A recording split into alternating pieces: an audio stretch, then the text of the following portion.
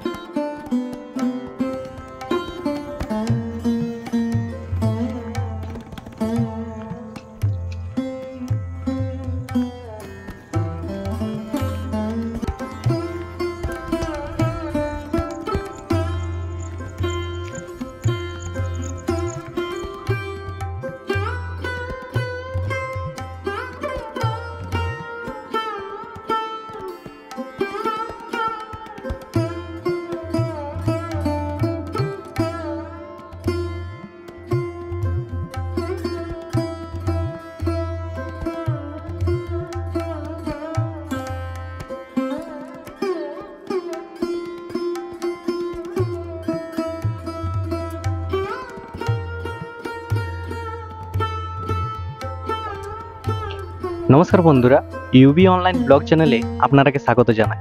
আজ আমরা এসেছি ঢডাঙ্গার একটা শিব মন্দিরে।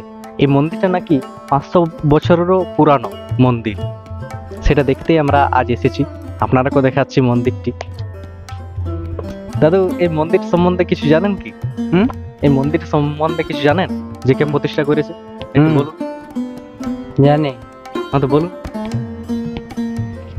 মন্দিরটা অনেক দিনের পর, আচ্ছা, হাজার মূল ছিল মারারি, ওই উপর করে গেছে। এই মুদ্রাটাও কিনেছিল ওই। আচ্ছা, তখন গাড়ি ঘোড়া নাই, ও ঘোড়ায় এসছো আর ঘোড়ায় গেছে। পরিদর্শন করে চলে যাচ্ছে নাকি? তখন এই শিব মন্দিরটা কিছু কাহিনী রয়েছে কি এখানে? শিব মন্দিরটা সম্বন্ধে কিছু কাহিনী রয়েছে এখানে, কথা যে এটা কোথা থেকে উৎপত্তি, কোথা থেকে আনা হয়েছে, শিব মন্দিরটা কোথা থেকে স্থাপিত হয়েছে? ওটা বলছিল না, জানেন না? আচ্ছা, ওটা বলছিল। আর আপনি অনেকদিন থেকে তো দেখছেন মন্দিরটা, এটা কি আগে এরকমই ছিল নাকি? না, আগে এমন ছিল না। আচ্ছা, আগে খোঁজটা হয়েছিল, পিঁড়াটা তো অসার ছিল না। পিঁড়াটা ওই হালি করে, পিঁড়াটা হালি বিনোদ মারারি। ধন্যবাদ। আপনার নামটা? নামটা? আমার রতন গো। আচ্ছা, আপনাকে ধন্যবাদ ও প্রণাম জানাই। বলি ধন্যবাদ আর প্রণাম জানাই। আগেকার ছবি আছে, আচ্ছা, হ্যাঁ অবশ্যই দেখি। ফটো আছে। আচ্ছা, এখানে নাকি আগেকারের যে মন্দিরটা ছিল সেটারও নাকি ফটো রয়েছে এখানে। সেটা দেখাচ্ছে, আমরাও দেখছি, আপনারাকেও দেখাবো। তখন পিঁড়াটা সরু ছিল। আচ্ছা, আগে কিছু ছিল না, মানে পুরানো শুধু এই মন্দিরটা ছিল নাকি? আচ্ছা, ওই ডালে রাস্তা ছিল। এখন এই ডালে করলো, পিঁড়াটাও বড় করলো। আর এখানে নাকি মেলা হয়। মেলা কোন দিন হয়? এইখানেই টানটে, এইটাই ভরে যেত আগে। ঢডাঙ্গা পরব বলতো। ঢডাঙ্গা পরব। এটা প্রথম থেকে কতদিন থেকে আছে মেলাটা? মেলাটা কতদিন থেকে হয়? বহুত দিন থেকে হয়, আগে থেকে নাকি? আমি তখন হচ্ছে এরকম ছোট ছিল। আচ্ছা, তখন দেখেছি ভক্তাগুড়া তো ওই দিন যায়। ভক্তাগুড়া? একটু ক্যামেরাম্যানকে বলবো দেখিয়ে দিতে। ভক্তাগুড়া হয়তো ওখানে 3টা গাছ গাড়া। 3টা গাছ গাড়া। আচ্ছা, এইটা দেখতে পারেন। অবশ্যই যাচ্ছি। আর ঝর্ণাটা তো ওই ধারে। মেলাটা কবে হয়ে থাকে জানেন? মেলাটা কবে হয়? হয় মাকে বলি যে বৈশাখের 12 দিন, না 12 দিনের শেষে। বৈশাখের 30 দিনে। হুম, আচ্ছা, 6 দিন ধরে নাকি চলে নাকি? আগে অনেক দিন। আগে অনেক দিন ধরে চলে। হুম, আচ্ছা। এখন হুম, আচ্ছা, চলুন ওইখানে নাকি পুরানো মন্দিরের আগেকার ছবি রয়েছে, সেই আপনাকে দেখাচ্ছি ওই মন্দিরের ছবিটি। এই যে দেখুন, এটা ছিল এই ভগ্নস্তূপ যে মন্দিরটা রয়েছে এখন যেটা দেখছেন আগে এরকম ছিল না। এখানে একটা ব্যানার রয়েছে আগেকার, সেটা আপনাদেরকে দেখাচ্ছি।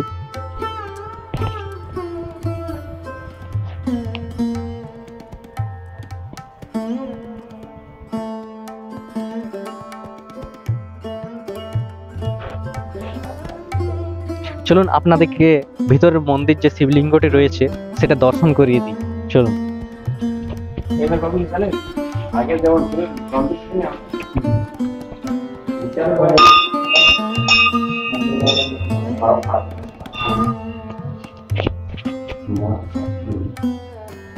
এই যে দেখতে পাচ্ছেন এখানে লেখা রয়েছে মন্দিরটি এতকালে স্থাপিত হয় 1258 সালে। ক্যামেরাম্যানকে দেখিয়ে দিতে বলবো লেখাটি।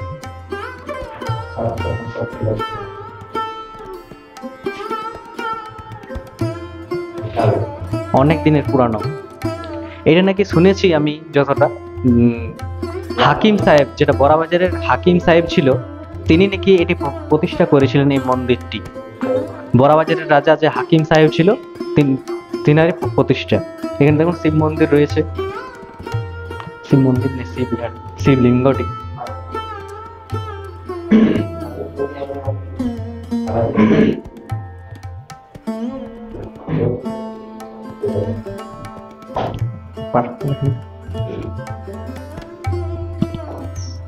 গানটা না,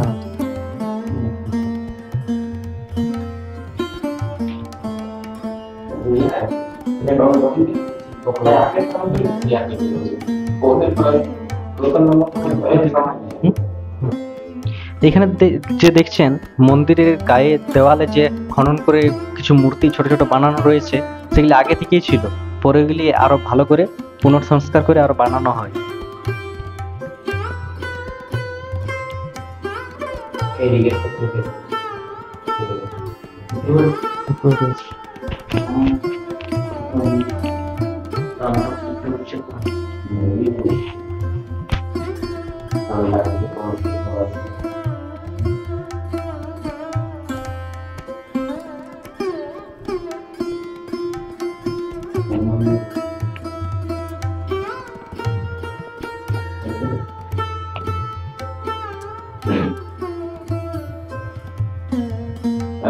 আমরা ইউবি অনলাইন ব্লগ থেকে এসেছি ঢোডাঙ্গার মন্দিরে। এখানে স্থানীয় যে এখানে পরিচর্যা করেন মন্দিরে, উনি রয়েছেন এখানে। আপনার নামটা? ভোলানাথ শহীদ। ইনি এই মন্দির সম্বন্ধে, এখানে নাকি মেলা লাগে, সেই মেলাটা সম্বন্ধে জানবো যে কবে কি হয়। মেলাটা যদি বলেন কবে হয়? বৈশাখের 30 বৈশাখে সংক্রান্তি, মানে বাড়া কমা হয় নাই, 30 বৈশাখের থেকেই হয়। ওটা জাগরণ হয় এবং জ্যৈষ্ঠের একদিন পড়িলেও পরে ভক্তাগান হয়। আচ্ছা, বেশ, আপনারা জানলেন অনেক কিছু এই মেলা সম্বন্ধে। আর কতদিন ধরে হয় সেটা একটু যদি বলেন। এটা আগে 4-5 দিন ধরে থাকতো, এখন মোটামুটি ওই জাগরণ থেকে আর ভক্তাগুড়া থেকে, মানে তেলহলতা থেকেই শেষ হয়। আচ্ছা, আর এখানে যে আপনারা ভিতরে মন্দিরের ভিতরে একটা দেখবে পাটাতন দেখলেন, যেটা সেই পাটাতনটা নাকি পূজার সময় ওই বড়াবাজারের যে হেকিম সাহেব রয়েছে তাদের কাছে যায়, তো ওইখানে বংশধরের কাছে পুজো নিতে যায়। তো একটু হেকিম স্যার বাড়ি যাই কলারের দিনে, তলা গুড়, ওখানে আমাদের কলার হয়, ওখানে বড়াবাজার ওই হেকিম স্যারের বাড়ি আগে যায়, তারপরে ষষ্ঠী বরতল যায়, আবার অন্যান্য ওই যে মারোয়ারি পড়ে নদীর বিনোদ সাহা এবং ওই বিশু পড়ে, ওনাদের ওই রাজবাড়ি অনিল গড়ি থেকে ওনাদের ওই কানের থেকে আসা হয়। আচ্ছা, দিয়ে ওখানে কলার করা হয়, তারপরের দিনে পুজো হয়, ওই জাগরণ হয়, ছৌ নৃত্য হয়, তারপরের দিনে হয় ভক্তাগানে। কিছুদিন এখন মোটামুটি 3-4 বছর হলো, এবার ওই ভক্তা গাজন হয়নি, আচ্ছা দিয়ে এবার ওই গাজন মানে ওই জাগরণ হয়। আচ্ছা, যেমন অনেক- পূজা হয় যে ওরকম হ্যাঁ। পূজা। পূজা ভরপুর হয়, হুম। আর সব দিন নিত্য পূজা হয়। আচ্ছা, এখানে নাকি প্রত্যেকদিন পূজা হয়। হ্যাঁ। পূজা কখন মন্দির খোলা থাকে সেটা যদি একটু আমাদের দর্শকদের বলেন। খোলা সব সময় থাকে, মানে ওই পুরোহিত থাকে, পুরোহিত মানে প্রতিদিন পূজা হয়। হ্যাঁ, হুম। ওনাদের টাইম মতো মানে ও প্রতিদিন পূজা হয়, সব দিন তো সব লোক পূজা করেন, সোমবার খুব ভালোভাবে পূজা হয়। আচ্ছা, তবে প্রতিদিন পূজা হয়, হুম। মন্দিরে পূজা হয়, প্রতিদিন ও পুরোহিত আসে পূজা করে চলে যায়। আপনাদেরকে দেখালাম ইনাদের এই এত কৃপায় এত সুন্দর মন্দিরটির পরিবেশটা এখনো পর্যন্ত রয়েছে। এখানে পাক তার যে পরিচর্যা হয় ইনাদেরই দায়িত্বে রয়েছে নাকি? হ্যাঁ হ্যাঁ, অবশ্য এই সাগরি ধরাঙ্গা গ্রামের মধ্যেই রয়েছে। হুম। সাহা আছে, বিনোদ সাহা, এইসব গার্ডেন টার্ডেন বানাইছে। আচ্ছা, উনিও অনেক কিছু টাকা খরচ করে সব সব কিছু বানাই দিচ্ছে, গাছপালা এবং অন্যান্য বাউন্ডারি করেছে। হুম। তাদের মধ্যে আমরাও কিছু টাকা পয়সা পাই কাজ বাজ করে, এইসব হচ্ছে। আর মন্দিরটাও নতুন ভাবে গঠিত করলো, পুরনো থেকে ভেঙে চুরে ভালোভাবে বানাইছে। হুম। এবার আমাদের আলোকিত খুব সুন্দর লাগে। আচ্ছা, লাইনের ব্যবস্থা আছে, মন্দিরে গান বাজায়। এখানে প্রত্যেক সকাল বিকাল নাকি গানও বাজে, হ্যাঁ, গানের ব্যবস্থা করে দেওয়া হয়েছে এত হ্যাঁ। সুন্দরভাবে। অবশ্যই ঠিক। হুম। সকাল দিয়ে ঘুম থেকে উঠে তাও আচ্ছা, গানের নাকি এত দায়িত্ব নিয়েছে যে সকালে ভোরে গ্রামের মানুষদের ঘুম ভাঙেনি, তাও গান শুরু হয়ে যায় নাকি হ্যাঁ, ঘুমানোর আগে, উঠার আগে। বাজা। আচ্ছা এখনই আপনাকে বললাম তো, বলি এখনই চালু করে দিলে এখনই চালু হবে। আচ্ছা, তবে একটা নিয়মাবলী হয়। হুম, হুম। হুম। অবশ্য এটা আমাদের আলোকিত খুব সুন্দর মনে করি।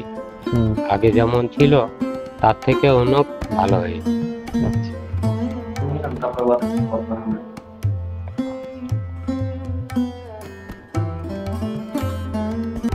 মন্দিরে নাকি যে পাট বাঁধা, আপনাকে পাটাটা দেখালাম যেটা হাকিম সাহেবের বাড়িকে যায় পূজার জন্য, ওইটাই তো? হুম। সেই পাটাটা যে কর্মকারদেরও অনেক আছে, নিয়ম রয়েছে, সেগুলাই ইনাদের কাছে জানিয়ে নিচ্ছি। এই যে কর্মকার থাকেন, হুম। এই যে কর্মকার আছে আমাদের ধরাঙ্গা গ্রামে, ওনারাও 3টি চলই মারে। হুম।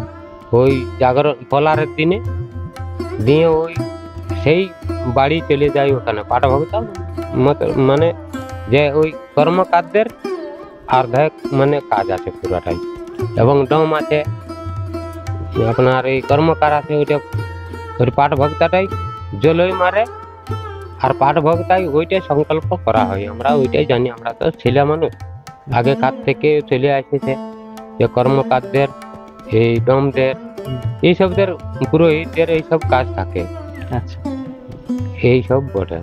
এখানে যে দেখতে পাচ্ছেন একটি ছেলে আমাদের সঙ্গে বন্ধু রয়েছে, স্থানীয় এখানেরই বটে, ইনি আছেন এখানে কর্মকার। ইনি কর্মকার, ইনার নাকি বাবা এই নিয়মগুলি করে। হ্যাঁ, হ্যাঁ, আমার বাবা চিরদিন এই করে। নিয়মগুলো অনেক দিন থেকে পালন করে আসছে এবং এদিনও পালন করেই যায় প্রতিনিয়ত ভাবে। তোমার বাবার নামটা একটু যদি বলে দেন।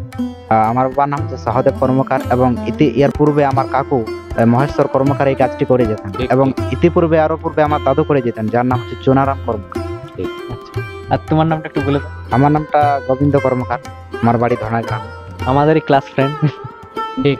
অনেক হেল্প করলো আমাদেরকে ডেকে দেওয়ার, এখানে স্থানীয়দের যে গেট খোলাখুলি সবে।